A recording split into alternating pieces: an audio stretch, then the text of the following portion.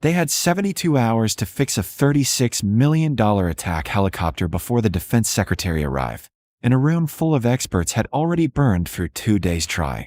So when the blonde woman in civilian clothes walked onto the restricted flight line without clearance, the lead engineer didn't hesitate. He had security drag her off in front of everyone. What none of them knew was that she had designed half the systems they were failing to understand, and the one detail that would prove it was stitched so small on her jacket collar that no one had bothered to look close enough to read it. 48 hours earlier, Fort Rucker's main hangar had transformed into a war room of failing confidence and rising panic. The AH-64 Apache sat center floor under halogen work lights, panels open like a dissected insect, exposing the technological guts that made it one of the most lethal machines in the U.S. military arsenal. Except right now, it was just an expensive monument to failure. "Run it again," Chief Warrant Officer Sam Kellerman barked, his voice tight with exhaustion.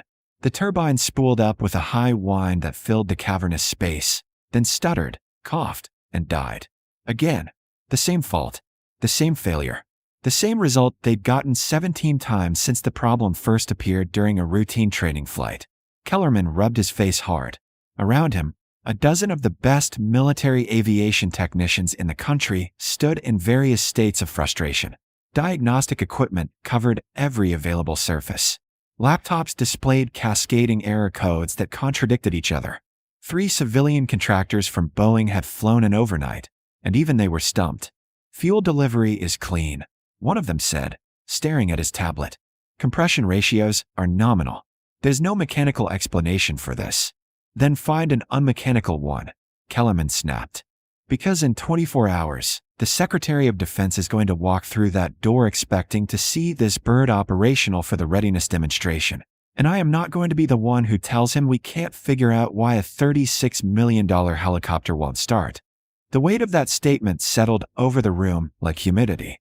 This wasn't just about one aircraft. It was about contract renewals, program funding, the reputation of the entire maintenance division. Careers lived and died on moments like this. A young airman near the back cleared his throat nervously. "Sir, what if we—" "Unless your next words are 'I found the problem,' keep them to yourself," Kellerman cut him off. The kid shut his mouth fast.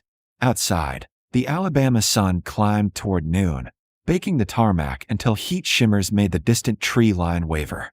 Inside the hangar, the temperature wasn't much better despite the industrial fans running full blast. That's when she appeared. The side entrance to the restricted flight line swung open, and a woman stepped through into the harsh sunlight. Late 20s, blonde hair pulled into a practical ponytail, wearing dark jeans and a faded navy jacket that had seen better days. She walked with purpose, not hurried but deliberate, her boots crunching on gravel as she crossed toward the hangar. The armed security guard stationed at the personnel gate noticed her immediately. "Ma'am, this is a restricted area," he called out, hand moving instinctively toward his sidearm. "You can't be here." She didn't stop walking. "I'm aware of the designation," she said calmly. "I need to see the Apache." The guard stepped directly into her path now, his posture shifting into something more assertive. "Ma'am, I'm going to need to see credentials and authorization." "I don't have authorization," she said simply. "But you have a problem you can't solve, and I can help." The guard's expression hardened. "That's not how this works. Turn around and exit the way you came, or I'm calling this in." Inside the hangar, Kellerman was mid-sentence when his radio crackled. "Chief, we've got a situation at the East Gate. Civilian female attempting unauthorized access to the flight line." Kellerman's jaw tightened. Because of course something else would go wrong right now. "Detain her," he said into the radio. "I'll be there in 2 minutes." He strode out of the hangar into the bright heat, already irritated before he even saw her. And when he did, his irritation doubled. She looked like someone who'd wandered off a college campus. Young, out of place, completely unbothered by the fact that 2 armed guards now flanked her. "You've got to be kidding me," Kellerman muttered. "Sir, she says she's here about the Apache," one of the guards reported. Kellerman looked her over, saw nothing that suggested authority, expertise, or even basic understanding of where she was. "Lady, I don't know who told you that you could just walk onto a military installation, but nobody told me," she interrupted. I came because you've been trying to diagnose a turbine fault for 2 days, and you're not going to solve it with the approach you're using. The sheer confidence in her voice caught him off guard, but only for a second. And you know this how? Kellerman asked, his tone dripping with skepticism. Because I know that aircraft, she said. Kellerman laughed, short and harsh. You know that aircraft? Yes. Let me guess. You read about it online? Saw a documentary. Her expression didn't change. No. I helped design the integration architecture for the propulsion and avionics interface. Silence. Then Kellerman shook his head slowly. Right? And I'm secretly an astronaut. Security, get her off my base. The guards moved in immediately, each taking an arm. She didn't resist, didn't raise her voice. She just looked at him with a calm that felt almost unnerving. You're making a mistake, she said quietly. The mistake, Kellerman shot back, is thinking you could walk in here and waste my time. They escorted her toward the gate as a dozen technicians watched from the hangar entrance, some smirking, others just grateful for the distraction. And as they walked her past the fence line, not one of them noticed the small patch on her jacket collar. It was faded, barely visible in the sunlight. But if anyone had looked closely enough, they would have seen the letters, DARPA, and below that, a number. Project Clearance Level, TS/SCI. The director of maintenance operations didn't look up when Kellerman returned to the hangar. He was too busy staring at a diagnostic screen that still made no sense, his frustration visible in the tightness of his shoulders. Anything? Kellerman asked, though he already knew the answer. Nothing. It's like the system's arguing with itself. The director exhaled sharply. We've replaced every sensor in the fuel management array, recalibrated the turbine governors twice, ran full system diagnostics end to end. There is no logical reason this bird shouldn't start. Kellerman stared at the Apache, feeling the weight of the ticking clock pressing down on him. 18 hours left. Behind him, one of the Boeing contractors was on the phone with someone back at corporate, his voice low and tense. I don't care what the manual says, the manual doesn't account for this. No, I'm telling you, we've never seen this fault signature before. Kellerman turned away, rubbing the back of his neck. His mind kept circling back to the woman at the gate. The confidence in her voice. The specificity of what she'd said. Propulsion and avionics interface. He shook it off. She was a nobody. A civilian who probably got her information from some forum or contracting newsletter. People like that showed up sometimes, thinking they knew more than the experts because they'd read a few technical documents. Still, the doubt lingered. Chief, Kellerman turned. One of the younger techs, Specialist Ramirez, was standing near the tool bench, holding a tablet awkwardly. What? That woman they just escorted off. I thought I recognized her, so I ran her face through the contractor database. Kellerman's irritation flared. We don't have time for. Sir, she's real. That stopped him cold. Ramirez turned the tablet around. On the screen was a personnel file. Partial, heavily redacted, but unmistakable. Dr. Ava Calloway, aerospace engineer. DARPA Advanced Systems Integration. Clearance, TS/SCI. Project Apache Modernization. Lead Systems Architect, 2019 to 2021. Kellerman felt his stomach drop. She designed this, he said slowly. Not all of it, Ramirez said. But according to this, she led the team that integrated the new flight control software with the legacy propulsion systems. That's the exact interface we're having trouble with. Kellerman stared at the screen, his mind racing. Then he grabbed his radio. Security, the woman you just escorted off base. Where is she? A pause. She's outside the main gate, sir. Still in the area. Bring her back. Sir. Now. Bring her back now. 10 minutes later, Dr. Ava Calloway walked back into the hangar, flanked by the same 2 guards who had removed her earlier. This time, though, their posture was different. Less enforcement, more escort. Kellerman stood waiting, his jaw tight, pride warring with necessity. When she stopped in front of him, he forced himself to speak. Dr. Calloway, he said, I owe you an apology. She didn't smile, didn't gloat, just nodded once. Accepted. Now show me the fault log. Kellerman led her to the diagnostic station, where the Boeing contractor reluctantly stepped aside. Ava leaned over the screen, eyes scanning the data with a speed that suggested she wasn't reading, she was recognizing. When did the fault first occur? She asked. 3 days ago. Mid-flight, no warning. Any software updates in the week prior? The contractor frowned. Routine patch. Flight management system. Standard rollout. Ava's expression shifted.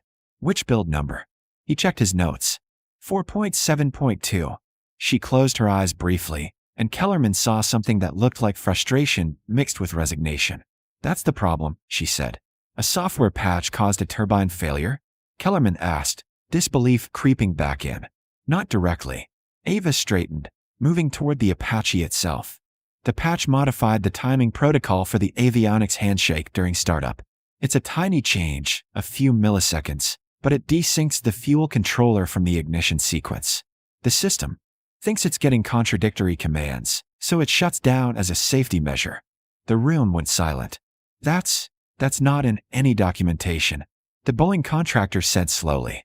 Because it was a known interaction risk that got deprioritized during development, Ava said, her voice flat.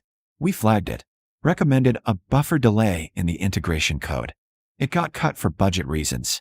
Kellerman felt a cold realization settle over him. So this was always going to happen. Eventually, Ava said. The patch just triggered it sooner. She turned to the lead technician.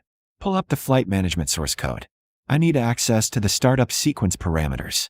We don't have authorization to modify. I do. Ava said quietly. Or I did. But if you want this bird flying in 18 hours, you're going to need to trust me. Kellerman looked at her, really looked this time. Saw the certainty in her posture, the calm competence that came from someone who'd built the thing they were trying to fix.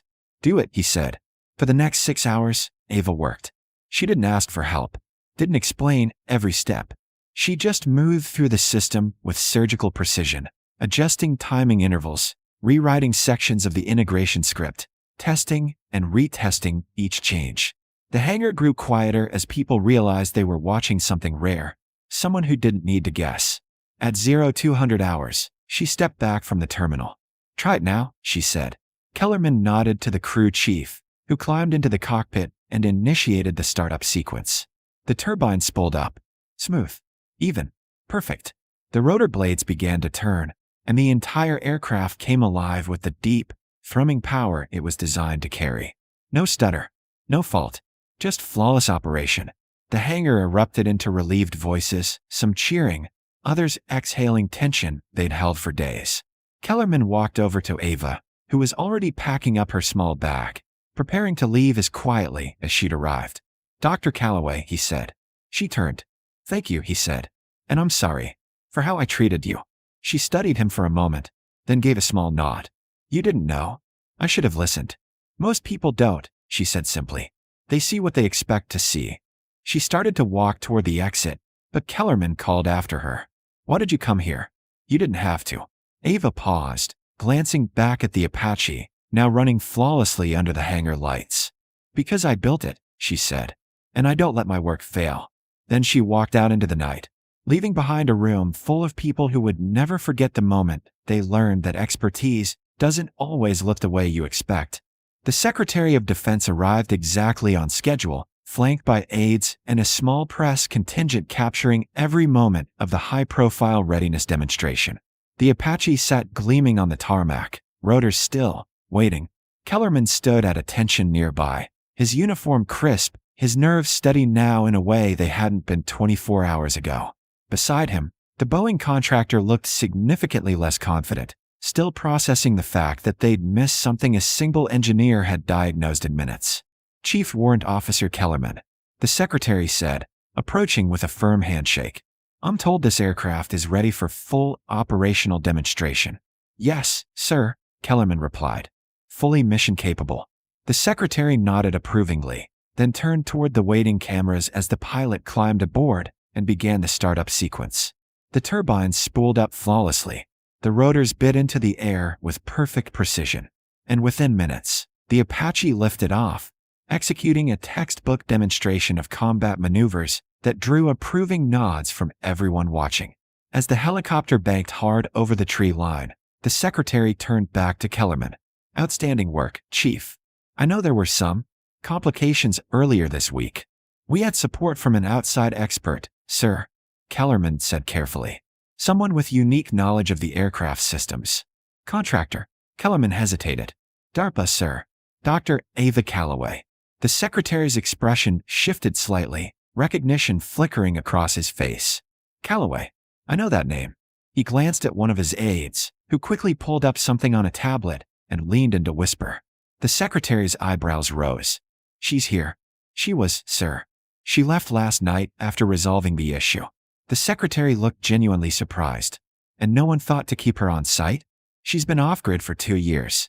Half the defense engineering community thinks she retired. Kellerman felt a knot form in his chest. Sir, we didn't realize. The secretary raised a hand, cutting him off. Find her. I want to thank her personally. It took 3 hours and a base-wide search, but they finally located her. She wasn't far. Just sitting alone at a small diner 2 miles outside the gate. A cup of coffee in front of her and a worn notebook open on the table. She was sketching something technical, lines and angles that suggested schematics rather than art. When Kellerman walked in, still in uniform, she glanced up without surprise. They sent you to find me, she said. Not a question. The secretary wants to meet you, Kellerman said. Personally. Ava closed the notebook slowly. I'm not interested in recognition. I know, Kellerman said, and he meant it. But he is. And honestly, after what I put you through, I think you've earned the right to hear an apology from someone higher up the chain than me. She studied him for a long moment, then gave a small, tired smile. You already apologized. Not enough. Ava looked out the window toward the base in the distance, where the Apache was likely still running flawless demonstrations, proving itself reliable to people who would never know how close it had come to failure. All right, she said finally. But I'm finishing my coffee first. 30 minutes later, Ava stood in a small office on base, face to face with the Secretary of Defense. The press was gone. The aides had been dismissed. It was just the two of them and Kellerman, who had been asked to stay. Dr. Calloway, the secretary began. I understand we owe you a significant debt. You don't owe me anything, Ava said. I just fixed something I helped build. That's not nothing, the secretary replied. And from what I'd been told, you did it after being removed from the premises. Ava glanced at Kellerman, who looked uncomfortable but didn't look away. People make assumptions, she said simply. It happens. It shouldn't, the secretary said firmly. Then his tone softened. We've been trying to reach you for months. There are projects, new systems, that could benefit from your expertise. Why did you go off-grid? Ava was quiet for a moment, choosing her words carefully. Because for a long time, I was valued for what I could build, she said. Not for who I was. And when you spend enough years being the youngest person in the room, the only woman in the room, the one everyone assumes is the assistant until you prove otherwise, it gets exhausting. The secretary nodded slowly, understanding settling into his expression. I can't fix the past, but I can make sure that moving forward, your expertise is recognized and respected from the start. If you're willing to come back. Ava met his gaze, weighing the offer. On my terms, she said. Agreed. She exhaled, something in her posture easing slightly. Then we can talk. 2 weeks later, Ava stood in a DARPA conference room in Arlington, presenting a new propulsion integration concept to a room full of senior engineers and military brass. This time, when she walked in, people stood. They knew her name. They knew her work. And when she spoke, they listened. After the meeting, Kellerman caught up with her in the hallway. He'd been invited to attend as part of the Apache maintenance oversight team. Dr. Calloway, he said, I just wanted to say again. You already did, she interrupted gently. And I already accepted. I know, Kellerman said. But I also wanted to say thank you for not walking away when you had every reason to. Ava looked at him thoughtfully. You know what the hardest part of that day was? What? Not proving I was right, she said. It was deciding whether people who didn't believe me were worth helping anyway. Kellerman felt the weight of that. And I decided they were, Ava said. Because the mission mattered more than my pride. She started to walk away, then paused and looked back. But next time, she added with the faintest smile, maybe check the caller before you call security. Kellerman laughed, a real laugh, the kind that comes from respect earned the hard way. As Ava disappeared down the hallway, he looked down at the folder in his hand, a new contract proposal, one that listed her as lead technical consultant on the next generation of rotorcraft systems. She wasn't just back. She was exactly where she'd always belonged. And this time, no one would make the mistake of not seeing her.